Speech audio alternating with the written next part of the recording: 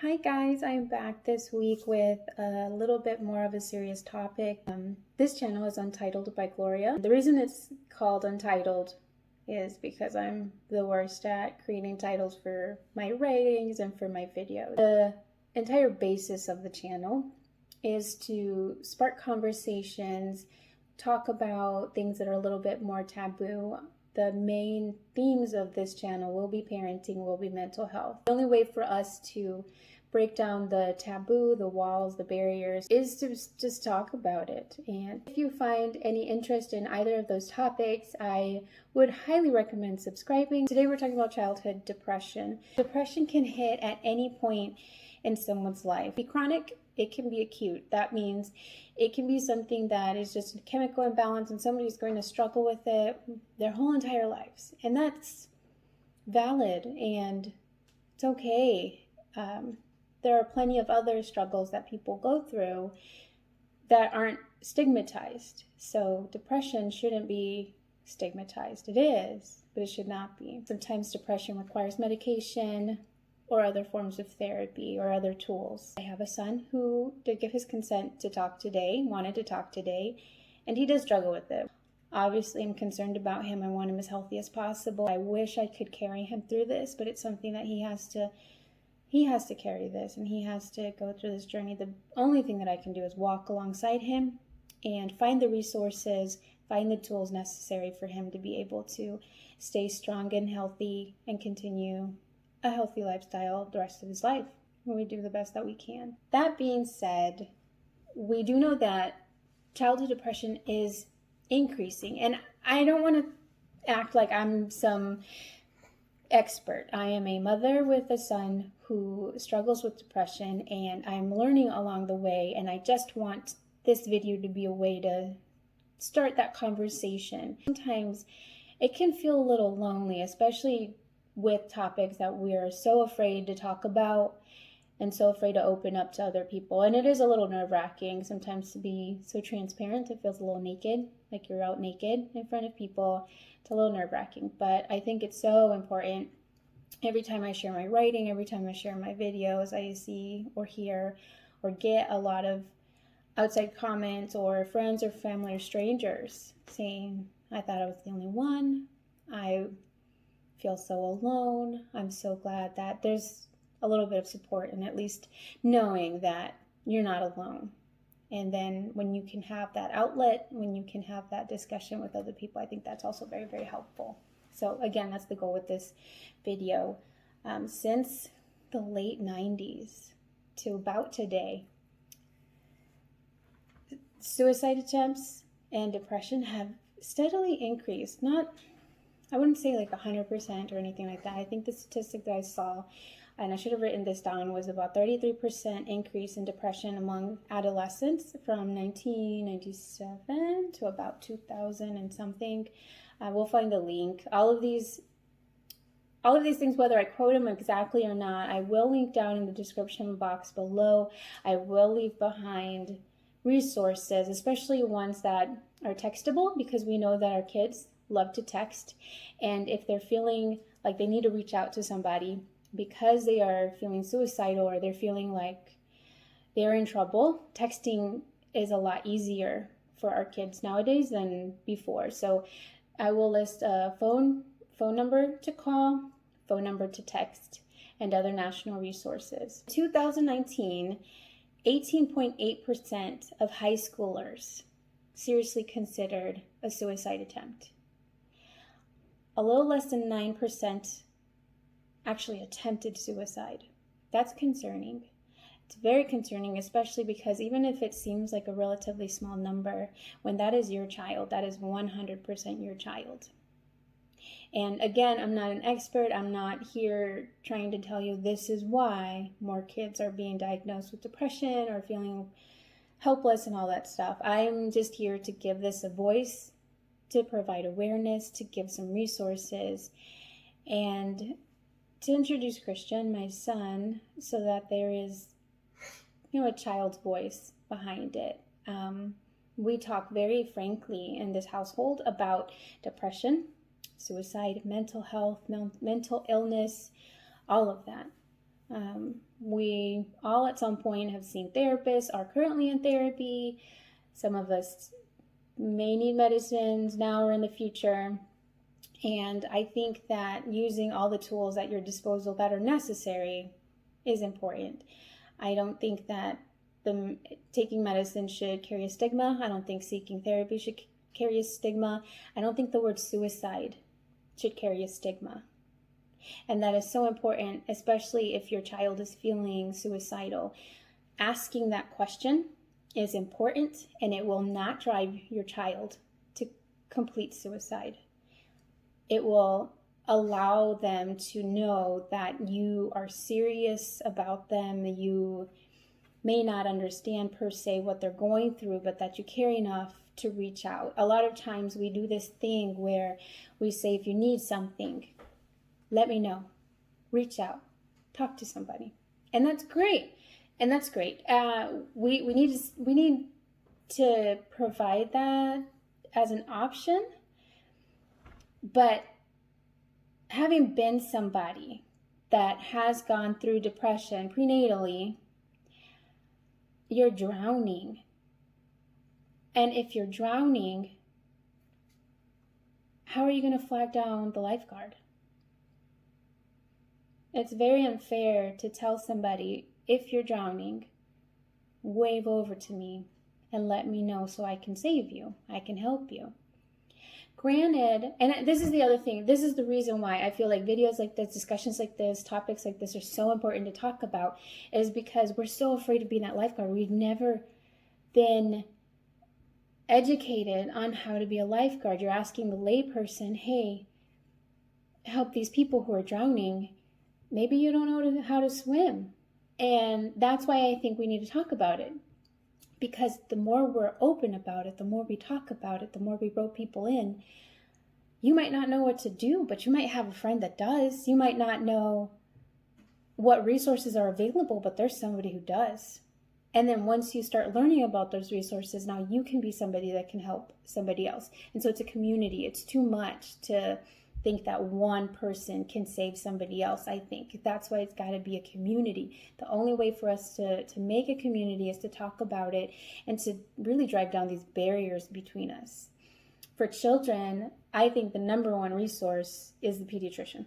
They know counselors, therapists, psychologists, psychiatrists. They could probably start medication if they feel that medication is necessary. They can give referrals. I'm not a fan of the emergency room for things like that, but if it's an emergency, then that's obviously resource number 2. The phone numbers and websites that I list in the description box will be other resources, but usually for children, number one resource is a pediatrician. You don't have to go through this alone. You have a child that you think or know has depression, and starting these conversations sometimes feel fruitless because they're not ready to talk to you, but that's fine. If you just sit silently next to them, that's fine too. If you allow for a creative outlet, writing, drawing, singing, anything, that's also great and very helpful. That being said, I did want to have Christian, I guess, just talk a little bit about what he's going through and what he wishes people would know, and I guess the additional thoughts that maybe he would like to share with the world. Hi, I am Christian. I am 14. I struggle with depression. What do I wish parents would know? I wish they knew that it's not fake. It isn't. It's not something that people should joke about. It should be something that people are able to talk about, and not even talk about, freely talk about, knowing that it's fine. What do I wish kids knew? I wish they knew pretty much the same thing, that it's not a joke. It's not something you should joke about. It's not something that you should say that it's a joke, and if you do, tell somebody that you're comfortable saying that, hey, I really don't feel like being here, or I really don't feel like that this is a place that I want to be. So if that ever happens, I want people like that to know you should definitely tell somebody. The hardest thing about depression is probably the very low points where you really don't feel like being here. The point where your brain tells you, or for me, this voice inside of my head that tells you, you don't want to be here. You do not want to be here. You shouldn't be here, and nobody wants you here in the first place. And so it's those very, very low points in the depression where you just can't handle it. And so that's where it's helpful, where you talk to somebody, because then you get a new perspective. You get these new ways of looking at it. And so you realize, oh, they do care. They do care that I'm here. I care that I'm here. I care that I'm just living in the first place. I like this. I want to be here. And maybe that voice will go away. Things that help with depression. For me, it's sometimes writing. Talking this is what I was thinking right then. I need a new perspective on what this how it can help with this part of my thinking. Writing helps you jot down those thoughts. And I don't struggle with depression every day. It's not an everyday thing. Some days you just don't feel it. Some days, even if they're depressed, they could have an amazing day. They could go to a theme park and laugh to their heart's content. It doesn't have to be sadness throughout their entire life. Sometimes my depression does come out as anger. I'll wake up, I'll just be angry. I don't like it. I'm grumpy. It's not a good thing.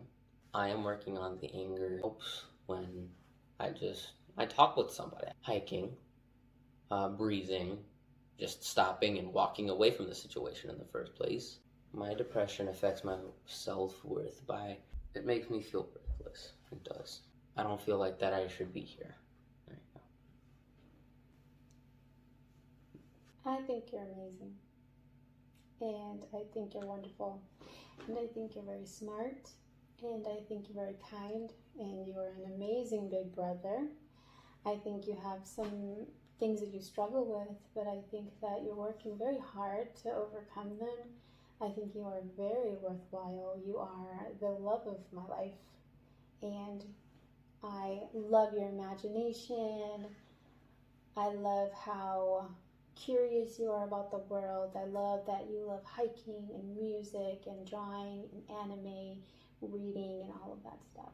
Do you think the COVID-19 pandemic has worsened, impacted it, or no?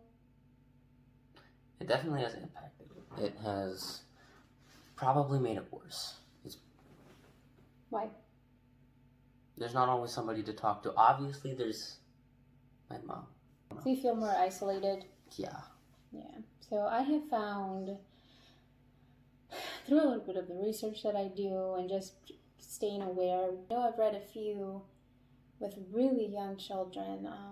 I know that there was one where a 7-year-old died by suicide. And if I'm very frank and honest right now, that's one of my biggest fears. I lost his father, my husband, to suicide in 2011. And that's where this whole mental health journey began. I won't really dive into being a young widow. I know it's impacted us.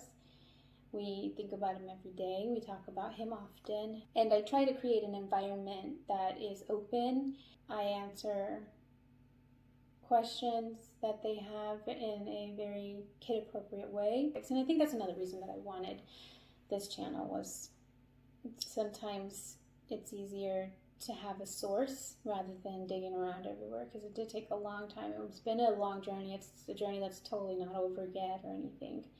And that's one huge reason why I think that I try to be very open. I try to educate my children the best that I can. Christian does also have ADHD, and fun fact, if you or your child has ADHD, a lot of times it comes with depression and or anxiety as comorbidities. Sometimes you'll find that once you start medicating a child or treating a child for ADHD, then depression or anxiety symptoms seem to surface. A pediatrician had said that it's because a lot of times outer and kind of in your face, so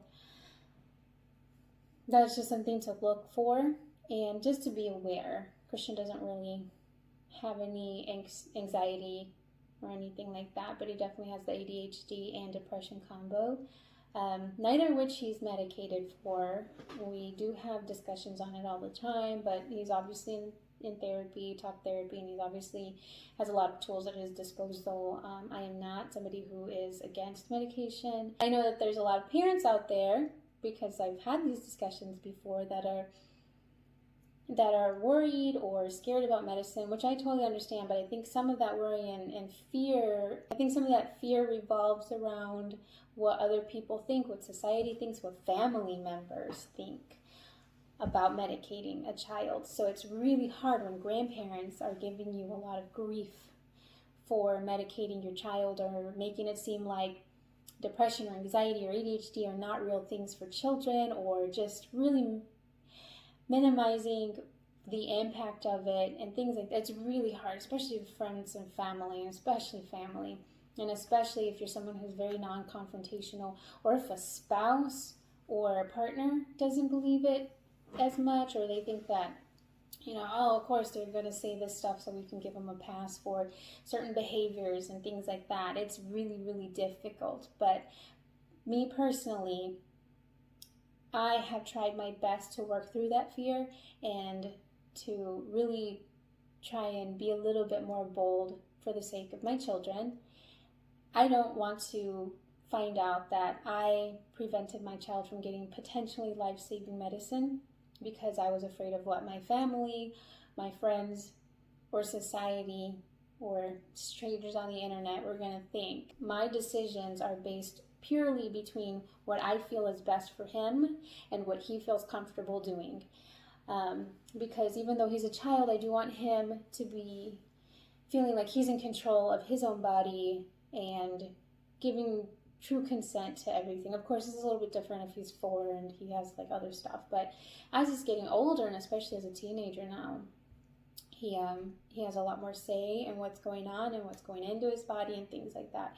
And again, I really want this to be a kind of teamwork approach, and I have an amazing pediatrician and pediatric office. Really, like, all the people there are amazing because they talk to him rather than over him to me. And I've been to those pediatric offices where the doctors kind of like glaze over the children and just kind of talk to the parents, and then the child's left out and feeling like, hey, I'm in the room, why are you talking over my face? Hi. Yeah, so it's amazing to find healthcare providers who really truly feel like the pediatric patient is the patient, and that consent is definitely required from them. And it's really great to have kind of that team environment, the household. And we talk a lot about his treatment and what he feels comfortable, what he doesn't feel comfortable, what do you feel, I get feedback a lot from him. Do you feel like this is working? Do you feel like this is not working? Let's try something else, because it's him. It's him. I'm not him. The more that I have faith in him, I think he has faith in me. If he knows that I'm taking what he's saying seriously, then he's going to come to me. Either way, that was the discussion for this week, was just kind of an introduction on what childhood depression is like, and that it is a real thing. There is stigma around it. There shouldn't be, but there is. A lot of times it's really difficult as a parent to navigate through all these resources. A lot of those resources are going to be in the description box. If you know of any other resources for me, feel free to comment below with them. Nutrition is your #1 phone call. And every pediatric office has a nurse's line. If you have health insurance, they have a nurse's line, and you can call them and see what they advise you. I think a pediatrician, though, because they know your child and because you already have a relationship with them, will probably be #1 rather than the nurse's line off of the health insurance card. If you have questions, if you want to share your story, you really need to start talking about this so that the trend starts going down rather than up. You're silly. Anyway, I know that was kind of a heavy topic, but it is a topic near and dear to me. It is something that I really want to start a conversation on. So that is all that I have for this week. It's a little bit heavy this week, but I promise there will be some lighthearted videos to look forward to as well. Hit that subscribe button. I will not say I hope you liked the episode because it's a little heavy and depression isn't something to necessarily like, but I hope that this sparked a little bit of awareness. I hope this helped a starting point for this conversation. Let's continue talking about it. The only way to really break those barriers, that stigma, the taboo-ness of mental health, is by talking about it. Bye, and I will see you later.